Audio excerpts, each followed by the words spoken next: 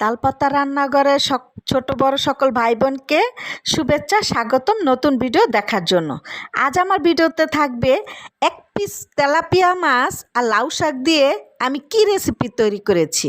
তো লাউ শাক পাতা নিয়ে নিলাম 4-5টা, তারপর এক পিস তেলাপিয়া মাছ নিয়ে নিলাম, 4টা পেঁয়াজ নিয়ে নিলাম গোটা গোটা, একটা রসুন, যে একটা রসুনের ভিতরে 5-7টা গোটা থাকে, এক মুঠ কাঁচামরিচ ধুয়ে সুন্দর করে লবণ দিয়ে হলুদ দিয়ে তেলের মধ্যে ভাপে বসিয়ে দিলাম। উল্টে পাল্টে সুন্দর করে ভেজে এই মাছের কাঁটা ছাড়িয়ে আমি এটাকে ব্লেন্ডার করে নিব। আপনি চাইলে পাটায় পেস্ট করে নিতে পারেন। আমার হাতে সমস্যা ছিল, আমি ব্লেন্ডার করে নিয়েছি।